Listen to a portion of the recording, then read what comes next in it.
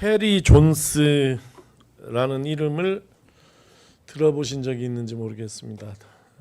하나도 안 유명한 사람이에요. 못 들어봤을 수가 있어요. 테리 존스. 이 사람 미국 텍사스에 있는 조그마한 교회를 목회하는 전혀 유명하지 않은 목사인데 어느 날 갑자기 유명해졌어요. 그가 유명해진 이유는 코란을 불태웠기 때문이에요.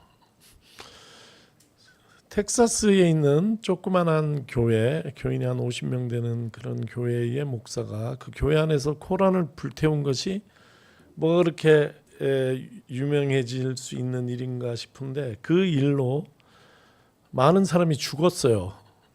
그 얘기를 조금 해볼게요. 2010년으로 거슬러 올라갑니다. 9/11 사건이 있고 그 테러로 인해서 쌍둥이 빌딩이 무너졌잖아요. 그리고 나서 미국 안에 굉장히 커다란 종교 갈등, 민족 갈등, 인종 갈등 이런 게 이제 생기기 시작한 거예요. 미국의 황금기는 사실 그걸로 끝났다고 보여져요. 그 당시에 미국에 있었던 제 느낌인데. 그러니까 무슬림, 이때 무슬림은 이슬람을 믿는 사람을 일컫는 말이에요. 무슬림들이 미국 안에 있는 온건하고 건강한 무슬림들이 이래서는 안 되겠다 걱정이 된 거죠. 이렇게 하면 점점 갈등이 생기고 무슬림에 대한 증오 이런 것들이 미국 안에 그 독가스처럼 퍼져갈 것이니까 이걸 막아야 되겠다 이런 생각을 해서 어떻게 하면 막을 수 있을까?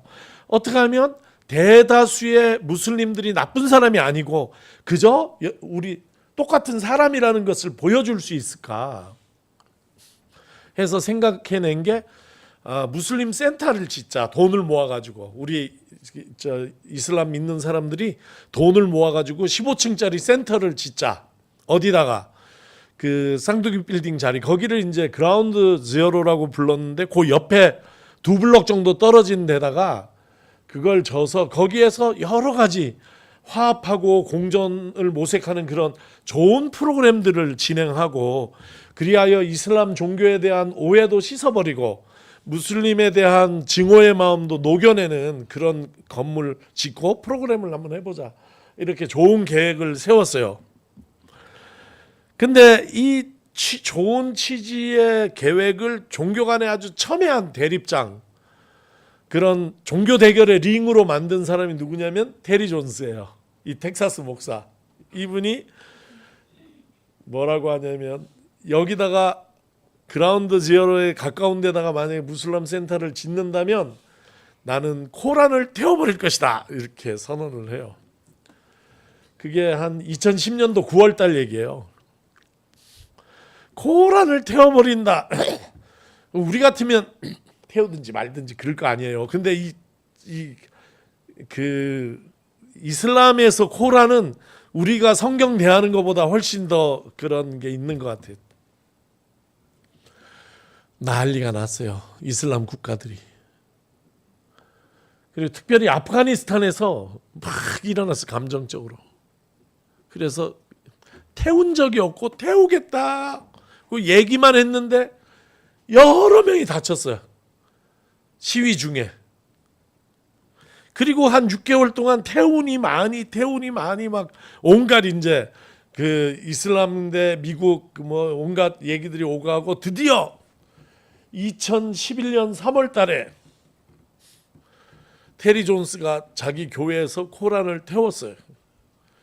그리고 그걸 생방송을 했어요. 전 세계가 뒤집어졌어요.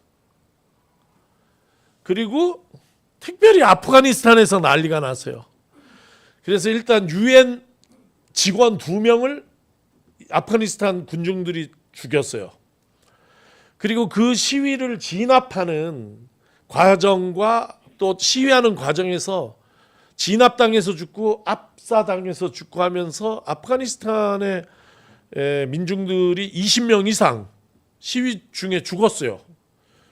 그래서 미국 이쪽에서 코란을 태우겠다 하고 그 다음에 그걸 태워서 지구 반대편에서 20몇 명의 무고한 목숨을 잃게 된 그런 사건이 테리 존스 사건이에요. 기억 나실지 아니면 처음 듣는 얘기인지 모르겠는데 저는 이 얘기를 15년 전에 들었어요. 듣고 굉장히 인상적으로 제가 기억하고 있어요. 왜 그러냐면 종교라는 것이 얼마나 이 일반 사람들의 감정을 격발할 수 있는지, 격정으로 끌고 갈 수 있는지를 너무 잘 보여주는 사건이라고 봐요.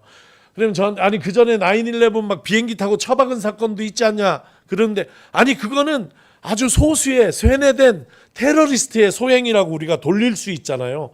근데 그게 아니라 일반 민중들, 일반 무슬림들, 종교를 가진 사람들까지도 그 감정을 격발시키고 그것을 동원할 수 있는 그런, 종교에는 어떤 그런 강력한 에너지가 들어있다 하는 것을 하나의 사례로 이렇게 관찰하게 된 사건이 이 테리 존스 사건입니다.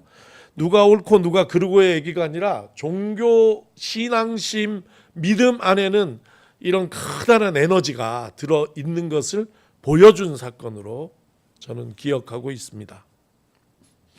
오늘 우리에게 주신 말씀 에베소서 19장 이 말씀 23절 이하의 이 말씀 역시 저는 본질적으로 2000년 후에 일어난 그 테리 존스 사건하고 크게 다르지 않다고 보는 것이에요. 어떤 일이 일어났습니까? 아프가니스탄 사람들은 이렇게 외쳤을 거예요. 알라후 아크바르, 알라후 아크바르. 알라시는 위대하다. 그레이리스트, 그냥 그레이시 아니라 알라후 아크바르 이렇게. 알라는 위대하다, 알라는 위대하다. 이걸 계속 외치면서 데모를 시위를 했을 거거든요. 그 과정에 사람이 죽어 나간 거예요. 근데 오늘 에베소에는 아르테미스 여신은 위대하다.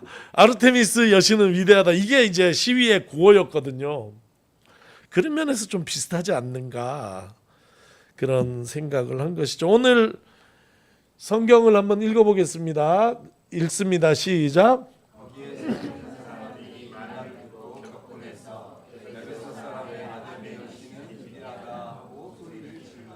다시 또 24절 가면 두 번 소리 지른 얘기 나와요. 시작.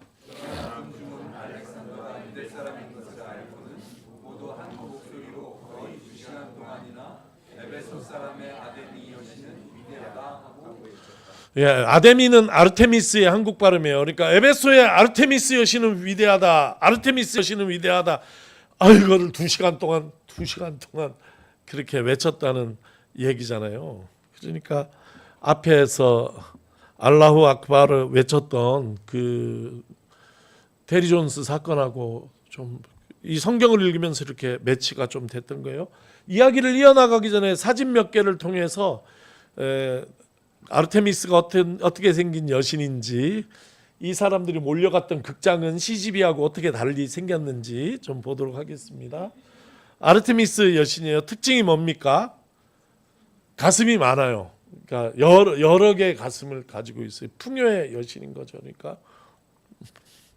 이거는 에베소 박물관에서 찍은 사진이고, 그 다음 사진은 로마에서 온 아르테미스 사진이에요. 이 아르테미스 사진은 흑인이에요. 흑인인데 가슴이 많은 거는 똑같아요. 얼굴은 까맣고 그렇죠.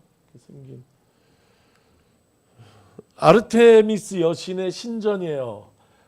얼마나 다 훔쳐가가지고 남은 게 이거 뭐 내가 봤을 때 이것도 없어진 것 같은데, 저것만 하여간 기둥 하나만 있는데 그 기둥도 원 기둥이 아니라 약탈해서 가다가 흘린 것들을 쌓아가지고 조각조각해서 올려놓은 거 하나 딱 서 있어. 굉장히 외롭게.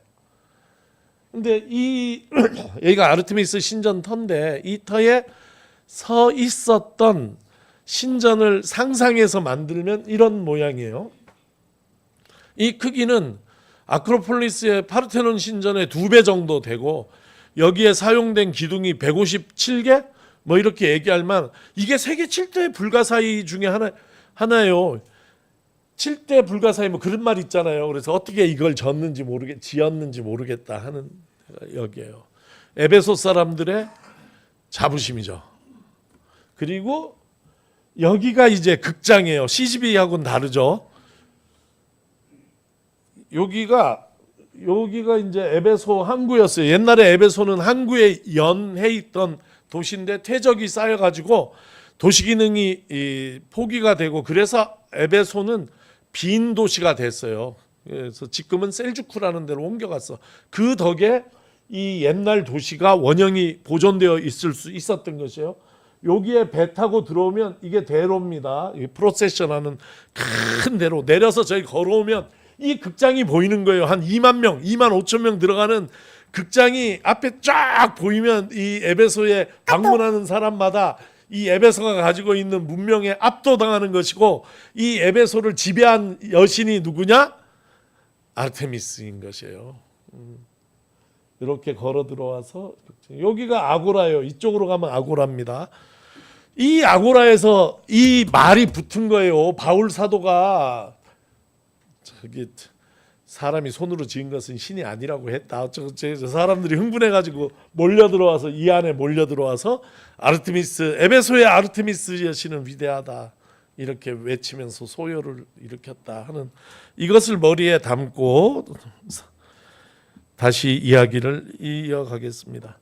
여러분은 이 외침을 어떻게 들으십니까? 어떻게 이해하십니까? 에베소의 아르테미스 여신은 위대하다. 언뜻 듣기는 정말 자신들의 신에 대한 대단한 존경과 숭배와 흠모의 마음에서 외친 외침 같잖아요. 2시간 동안이나 이게 외치기 쉽지 않은데 정말 그런데 그런 순수한 종교적인 그 흠모의 마음에서 이런 행동이 나온 것일까? 이렇게 물어보죠. 그러면서 성경은 그렇진 않다 이렇게 답을 해요. 어디에 나오냐면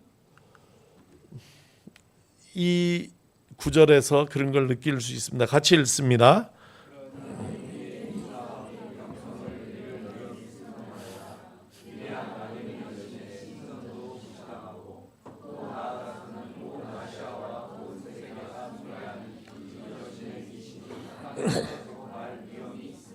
예, 이 시위를 하는 사람들을 격발시킨 얘기인데 2가지 걱정이 있어요. 하나는 뭐가 걱정입니까?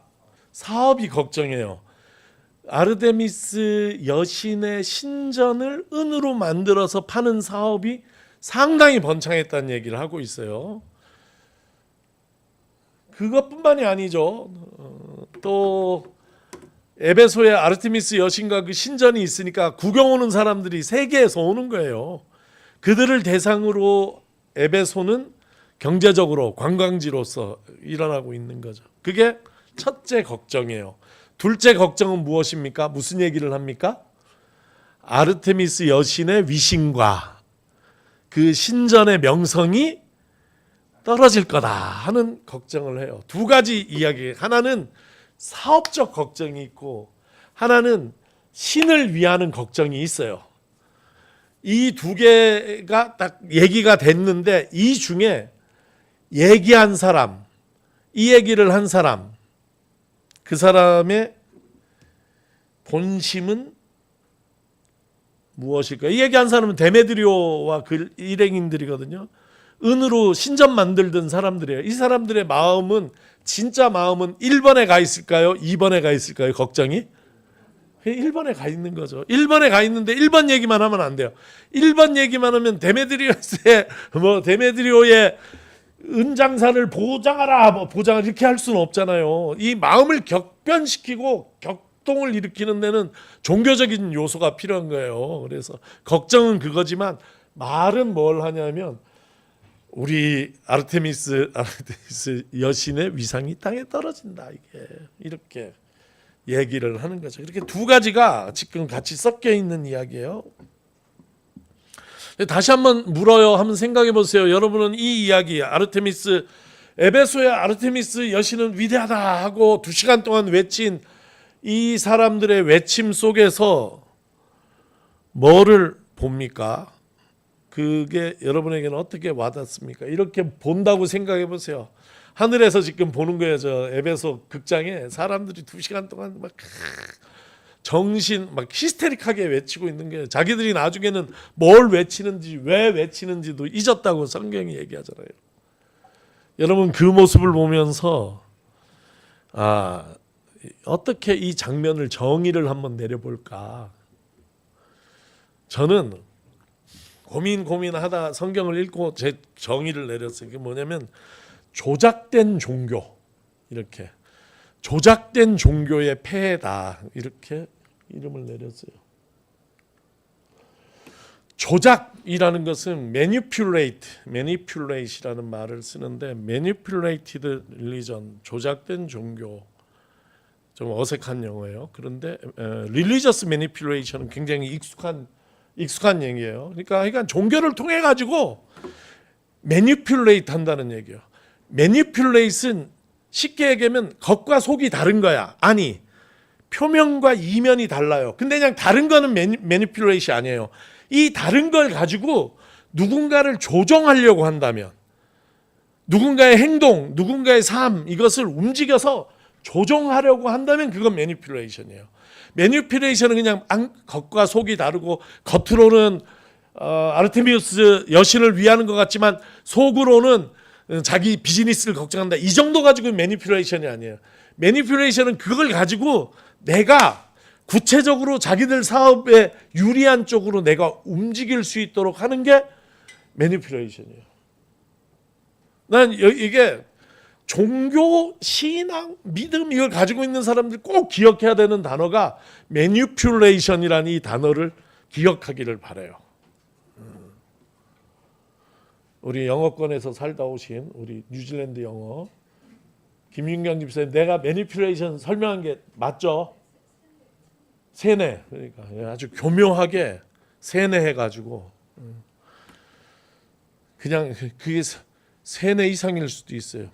예를 들어서 이 예를 진짜 미안해. 이게 나는 이 예를 안 들고 딴 예를 들고 싶은데 들 게 잘 없고 이것만 가슴에 와닿는데 누구한테 미안하냐면 우리 장로님들한테 미안해요. 장로님들 너무 좋은 분인데 딴 교회, 많은 교회에서 장로님들이 목사님을 매니퓰레이트 하려고 해요. 그러면 어떻게 해요? 여러 가지를 써요. 최악을 내가 직접 본 거,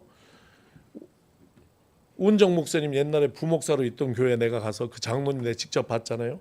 예배 시에 목사님 설교하면 신문을 펴들고 읽기 시작해요. 딱 신문을 쭉. 세상 돌아가는 게 그렇게 궁금해서일까요? 아니죠. 이건 그냥 뜻을 표현하는 게 아니라 하나요. 내 말대로 움직이라는 거야. 내 말대로 움직이라. 왜 내 말을 안 듣냐? 왜 날 무시하냐? 이런 거 아니에요. 그러니까 앞에 앉아가지고 신문을 쫙 펴서 잘 있다가 설교만 시작하면 신문을 펴. 그게 제일 센 케이스고 이제 그 다음 좀 약한 사람은 그때부터 이제 눈 감고 졸아. 안 졸아도 졸린 척해 막 꾸덕꾸덕해. 봐라. 실제 조는 게 아니에요. 근데 그 정도면 괜찮은데 거기서부터 뭐냐면 내 말을 들어라로 가는 거잖아요. 그러니까 이런 것을 통해서 사람의 행동, 방향 이런 걸 다 바꾸려고 하면 매니퓰레이션을 하고 있는 거지. 그게 사례비를 막 계속 안 올려주고 못 견디게 만든다든지. 그러니까 괴롭히는 방법이 여러 가지야. 사람. 결론은 하나야. 굴복해라. 이런 거죠. 장로님들 죄송해요. 전혀 우리 교회하고 상관없는 얘기인데 하도 후배 목사들이 와서 상담을 많이 해가지고 상담은 이런 거 많아. 목사의 매니퓰레이션도 많죠. 뭐 사람들의 공동체에는 그런 게 많아요. 가족 간에도 있어요. 부모 자식 간에도 있어요. 갑자기 잘해줘? 왜 이렇게 잘해주지? 그냥 잘해주는 게 아니라 그 잘해주는 걸 통해서 무언가 의도를 가지고 있는 거지. 변화. 내가 움직이겠다. 갑자기 못해줘? 왜 이런 공동체에서도 막 이 사람한테는 엄청 살갑게 얘기하는데 어떤 사람한테는 갑자기 대면해. 티나게. 분명히 알아차려라. 나는 너를 안 좋아한다. 안 좋아할 뿐만 아니라 네가 뭘 잘못했으니까 사과해라. 이런 게 있는 거잖아요. 많아요. 우리 삶에 이 매니퓰레이션이 얼마나 중심적인 언어인지, 인간관계 속에서 이게 얼마나 커다란 역동인지 눈 뜨고 잘 보면 너무너무 많이 보이는 거예요. 그래서 그중에 조작된 종교적인 삶, 신앙 이런 것들이 매니플레이트 되게 굉장히 쉬운 거예요. 그 안에 큰 에너지가 있기 때문에 이걸 하려고 하는 것이에요. 그래서 내세우는 거는 영성을 내세우고 경건을 내세우고 뭐 믿음을 내세우고 교리를 내세우지만 실제 내세운 건 그건데 실제 바라는 거는 순전히 그렇게 사는 걸 바라는 게 아니라 무언가 숨겨져 있는 목적이 있고 표면 안에 이면의 목적이 있고 그 이면으로 사람들을 몰아가기 위해서 그렇게 하는 경우가 많죠. 이런 거를 한마디로 얘기하면 종교의 도구화라고 얘기할 수 있죠. 종교가 도구가 되는 거예요. 왜? 이 은공예 사업을 보장하라 이런 거 갖고 안 되거든. 아르테미스 여신을 지키자 이렇게 해야 되는 거지.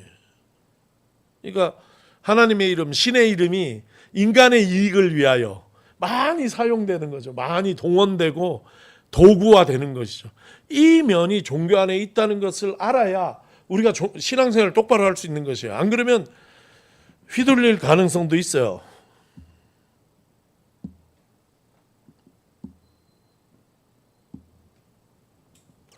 예를 들어서 잠깐만요. 예를 들어서 교회에서 이것도 되게 위험한 예인데 이제 많이 이제 그 만든 분들까지 그렇게 얘기하셨으니까 제가 좀 용감하게 예를 든다면 제자훈련 있잖아요. 사랑의 교회에서 시작한 제자훈련. 내가 제자훈련 굉장히 일찍 받은 사람이에요. 나는 옥하는 목사님한테 직접 굉장히 초기에 가서 받았고 제 젊은 시절 목회는 뭐 내가 아는 것도 없고 할 줄 아는 것도 없으니까 제자훈련을 많이 한 그런 목회를 해온 사람인데 그러나 옥하는 목사님이 뭐라고 얘기했냐면 나는 제자훈련 실패했다. 예수의 제자를 만들지 못하고 옥하는의 제자를 만들었다. 이렇게 얘기하신 거거든요. 그러니까 제자훈련을 하면 뭐라 그래요 거기다? 이렇게 하면 예수의 제자가 된다. 예수의 제자가 됩시다. 이렇게 하지. 내 제자가 됩시다 하면 누가 따라옵니까? 그러니까 예수 제자 되자고 왜 교인들이 예수의 제자가 돼야 되는지 막 수도 없이 얘기하는데 실제로는 이게 방향이 어디로 가냐면 목사의 교인 만들기로 가는 경우가 많이 있죠. 근데 그게 놀라운 게 옥하는 목사님이 얘기하시고 세상 떠나신 이후로 교인들도 다 알아 그거를. 그래서 어떤 교인들 와서 얘기합니다. 우리 목사님 제자훈련 하자는데 도망 다닌다고 안 하고 왜 도망 다니냐고 그 목사님 좋은 분인데 같이 하지 그러냐면 에이 저기 교인 만들라 그러는 거잖아요. 자기 교인 이렇게 얘기하시는 분을 제가 만났어요. 그러니까 그 제자훈련까지도 매니플레이션이라는 관점으로 보고 실제 그런 일이 일어나기도 하고 아닌데 그렇게 오해를 받기도 하고 있다. 교회라는 게 그런 일들이 있다는 거죠. 그래서 저는 오늘 이 사건 에베소에서 있었던 사건 속에서 조작, 즉 매니플레이션이 개입된 그런 종교, 그런 신앙이 갖는 특징 4가지를 내가 찾았어요. 이 4가지가 있으면 좀 위험해. 한번 다시 볼 필요가 있어요. 우리 교회에 이 4가지가 있는지도 한번 눈 뜨고 볼 필요가 있고 우리가 서로 경계할 필요가 있어요. 4가지. 첫째는 뭐냐? 불안과 공포를 자극하는 거예요. 신앙이 겁줘서 이러는 게 겁줘서 옛날에는 지옥 간다 이렇게 겁을 줬거든.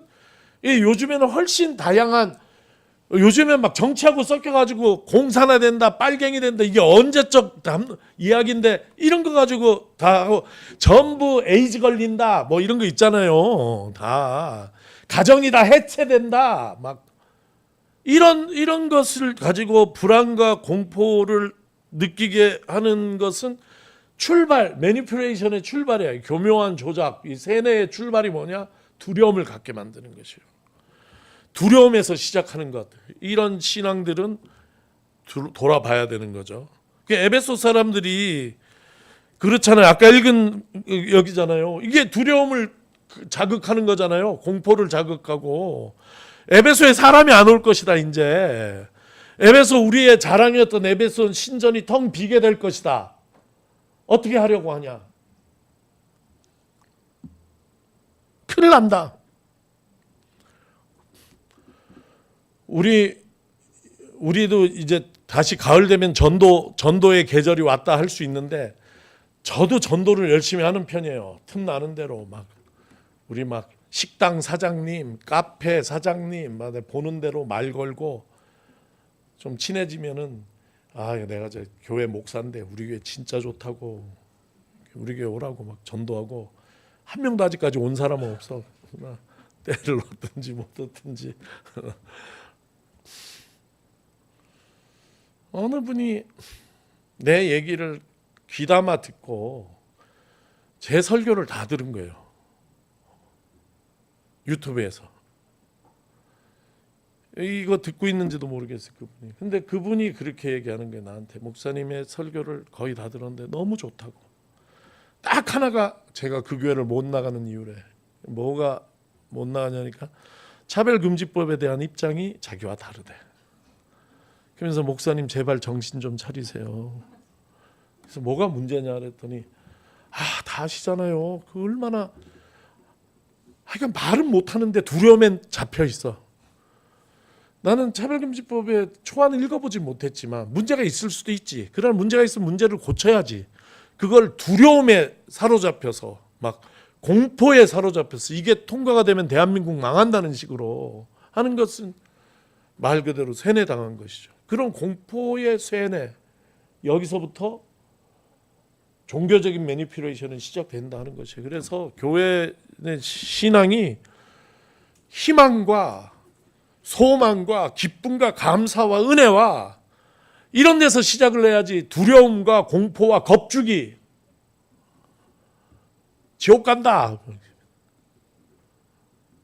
이런 데서 시작되는 것, 그런 어쨌든 공포에서 시작되는 종교는 굉장히 그 위험성이 있다, 매니퓨레이션의 징조가 보이는 거다, 이렇게 생각하시면 될 것 같아요.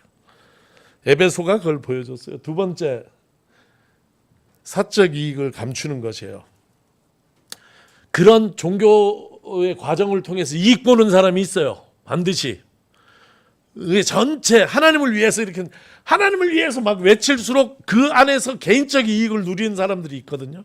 근데 그런 얘기를 안 해. 그리고 그걸 독점해. 실제로 그 안에 들어가 보면, 종교 집단 안에 들어가 보면 이 이익을 서로 나눠 먹냐, 혼자 먹냐, 네가 더 많이 먹냐, 내가 더 많이, 얼마나 심각한 거기에 싸움이 일어나고 있는지 몰라요. 겉으로는 하나님을 위하여 거룩이지만 실제 내적으로는 그 안에 더러운 싸움들이 일어나고 있는 것이 오늘날 현실이고, 과거도 그랬고 그렇잖아요. 그러니까 여기 똑같아요. 에베소도 같이 읽습니다. 시작. 데메드리오라는 은쟁이가 은으로 아데미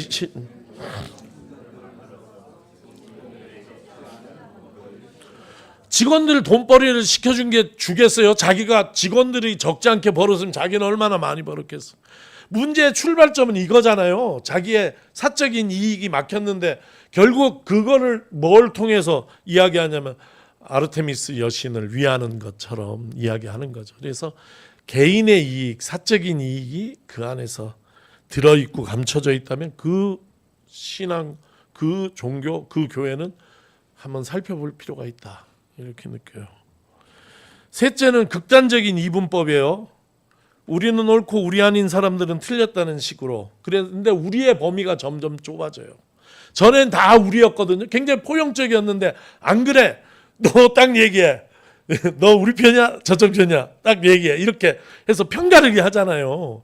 편가르기 하면서 남은, 그 편가르기에서 남은 사람들만 똥돌 뭉치게 하는 이런 식의 매니퓨레이션 하는 종교는 위험하다, 그렇게 볼 수 있죠. 이거는 안 읽은 본문이니까 읽어봐요. 시작.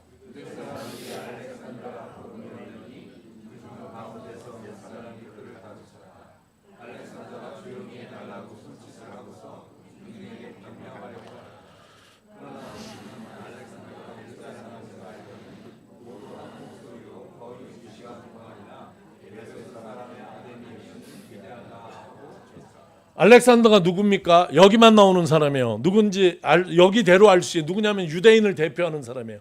에베소의 유대인을 대표해요. 회당장일 수도 있어요. 그러나 그렇게 써 있진 않아요. 그러니까 이게 지금 에베소 사람들이 걸기하니까 유대인들이 겁나는 거예요. 왜 바울하고 자기를 같은 그룹으로 취급하면 손해가 막심할 거 아니에요. 이제까지 수십 년 아니면은 몇 년 같이 살아왔잖아. 지금 한 200년 정도 같이 살아왔잖아요. 에베소에서 유대인과 이방인이 공존해 왔다고. 서로 사랑하진 않았지만 공존해 왔는데 이 공존이 깨질 판이에요. 에베소 사람들이 바울에 대한 적개심을 가지고 일어났는데 바울이 우리 유대인 회당에 와서 가르친 적이 있는데, 바울 따라다니는 사람들은 옛날에 다 회당 민이었는데, 회당 소속이었는데, 이러니까 이제 사람들이 여기에 가가지고 알렉산더에게 야, 네 나가서 설명을 좀 해라. 우리는 바울 편 아니라고. 그렇게 해서 그를 밀어냈어요. 앞으로 나가라고. 그랬더니 군중 가운데 몇 사람이 그를 다그친 거예요. 너 바울과 함께했지. 바울이 니네 회당에서 가르쳤잖아. 이렇게. 그리고 알렉산더가 내가 설명할 테니까 여러분 좀 조용하고 내 얘기를 들어주십시오 했는데 말을 듣나 안 듣고 이 알렉산더 앞에서 이제까지 평화롭게 공전해 오던 이방인 에베소 사람들이 유대인들을 두고 그를 둘러싸서 그 앞에서 외치기를 에베소의 아르테미스 여신은 위대하다, 위대하다 이걸 외치는 거죠. 완전히 금긋기를 하는 거죠. 하나님이 위대한 것이 아니라 에베소의 아르테미스 여신이 위대하다 하면서 이 사람들을 조롱하고 모욕하고 이렇게 이제까지 공존으로 같이 살던 사람이 이 일로 나눠지게 된 거예요. 이제까지는 에베소 사람들 하면 유대인도 거기에 포함되어 있었는데 유대인은 떨어져 나가게 된 거예요. 니네 우리 편 아니다. 최근에 굉장히 충격적인 이야기를 제가 읽었습니다. 이스라엘의 이타마르 벤그비르 국가안보장관이에요. 8월 16일 며칠 안 됐죠. 인터뷰에서 가자 지구에 있는 사람들, 즉 팔레스타인 사람들은 매일 30-40명 죽여야 된다. 그들은 살 가치가 없는 사람들이다. 이렇게 얘기를 했어요. 온 세계에 비난을 받고 있어요. 죽여야 된다. 사람도 아니다. 저것들은 동물과 마찬가지다. 이렇게 얘기를 한 거죠. 실제 하루에 30-40명 죽이고 있지는 아니라고 보는데 그래도 그런 식으로 얘기를 한 거죠. 이 얘기를 왜 했겠어요? 세계의 비난을 받을 걸 알죠. 바보예요? 알지. 근데 지금 누구의 더 똘똘 뭉친 소수의 지지가 필요한 거예요. 그게 뭐냐면 이스라엘 국민들의 지지가 필요한 거죠. 네타냐후 정권은 지금 70% 80% 이스라엘의 지지를 받고 있잖아요. 지금 이거를 끌고 가는 길은 팔레스타인에 대한 적개심 이것밖에 없는 거죠. 그러니까 이런 것들이 다 매니퓨레이션을 하는 것이에요. 작은 규모지만 그 사람들 똘똘 뭉쳐가지고 작은 우리 크게 나가는 것이 아니라 우리와 남을 팍 나누고 우리끼리 뭉쳐 살자. 이게 위험한 태도인 것이에요. 신앙 가진 사람들이 그렇게 하고 있다면 잘못 가고 있다. 넷째는 개인의 주체성을 박탈하는 것이에요. 신앙의 중심은 어디 있냐면 내적에 있어요. 하나님 나라 너희 안에 있다 얘기하셨잖아요. 신앙의 중심은 우리 안에 내적인 변화와 성찰과 성숙에 있는 것이거든요. 그런데 이 어떤 종교가 이 매니퓨레이션을 하기 시작하면 우리 안을 들여다보는 것을 멈추게 하고 우리의 시선을 밖으로, 우리의 시선을 저 밖으로 해서 이 밖의 것들 때문에 우리가 망하게 생겼다. 이런 식으로 시선을 가져가 버리는 것이죠. 이런 것들은 얼마나 위험합니까? 그러니까 집단적 광기가 막 일어나잖아요. 그러면은 그 안에 나는 없어지고 나의 성찰, 나의 생각, 나의 비판적 사고 이런 거 다 없어져요. 뭐만 남냐면 그 군중 안에서 내가 어떻게 더 큰 소리를 내고 어떻게 더 용기 있는 용감한 행동을 해가지고 그 군중 안에서 인정받느냐 이런 것만 남지 그런 개인이 사라지는 것이죠. 오늘 성경이 또 그 얘기를 해요. 같이 읽습니다. 극장 안에는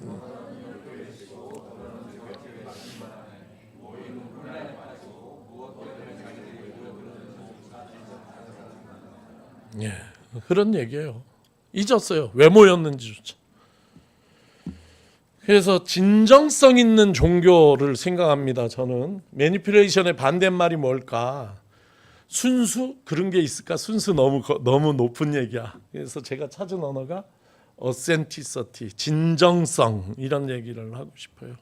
진정성은 내가 말하는 것과 행동하는 것의 표리와 뒤에 안에 있는 게 같은 거예요. 같고 내가 누군가를 그런 걸 통해서 조종하고 세뇌하고 움직이려고 하지 않아요. 그게 진정성이죠. 진정성. 그래서 저는 두 종교가 부딪히고 있다고 해요. 조작된 종교와 진정성 있는 종교. 매니플레이티드 된 종교와 어센틱한 종교가 세상에 두 종교가 있다. 이렇게 봐야 되고 그 중에 조작된 종교, 조작하는 종교, 조작에 근거한 종교, 조작에 이용당하는 종교, 이런 종교는 굉장히 위험하다. 그래서 하나님의 이름으로 이루어졌든지 예수의 이름으로 이루어졌든지 간에 비판받아 마땅하다 이렇게 했고, 비록 조용하고 소리 없고 규모도 작고 화려하고 빛나진 않을지라도 정말 진실하게 자기를 돌아보고, 그 핵심이 뭐냐면 겸손과 온유와 겸손이죠. 예수님께서 나는 온유하고 겸손하다 얘기하셨잖아요. 그 온유와 겸손의 가치를 가지고 예수를 닮아가려고 노력하는 그런 종교, 진실한 종교, 진정성 있는 종교라고 얘기할 수 있죠. 그런 거예요. 그런 종교를 가져야 된다. 우리 교회를 얘기 들으면 살폈을 거예요. 우리 교회에 이런 네 가지 요소가 있다면 우린 회개하고 고쳐나려고 노력을 해야지 되는 것이에요. 우리 교회 안에는 그런 요소가 나는 없다고 보고 없기를 바라고 계속 없을 줄로 알아요. 그러나 이런 게 들어오는 것을 우리가 경계해야 된다 이렇게 얘기 드리고, 동시에 우리 교인들에게 묻습니다. 여러분의 종교는, 신앙은 어떻습니까?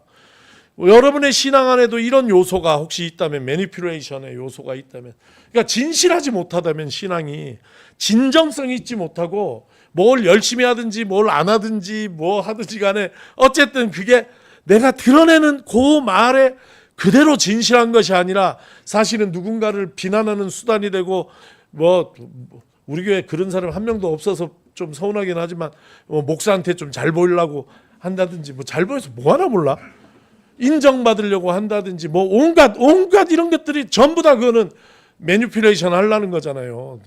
내가 분명히 얘기하는데 우진성 목사는 그런데 꿈쩍을 안 해. 잘 이 단어를 좋아하기 때문에. 그러니까 신앙이 그렇게 가면 안 되는 거죠. 정말 우리 한 분 한 분의 신앙이 다른 사람을 어떻게 해보겠다는 것이나 외적인 뭐를 어떻게 해보겠다는 게 아니라 오직 나에 집중하고 내가 좋아지고 내가 예수 닮아가고 내가 그리스도의 장성한 분량으로 나가는 그런 것이 돼야 되고, 교회의 모든 활동은 이런 예수 닮아가는 이 일을 위한 하나의 수행이다, 수련이다 이렇게 생각하고 교회가 이루어지고 신앙생활이 이루어질 때 그 교회는 아름다운 교회가 되고 든든하게 세워지는 그런 정말 반석 위에 세워지는 교회가 될 줄로 믿습니다. 여러분과 저의 믿음에 1절의 거짓이 없고 깨끗하고 순결한 마음으로 우리 주님 믿고 따르는 그런 그리스도인들이 되기를 빕니다.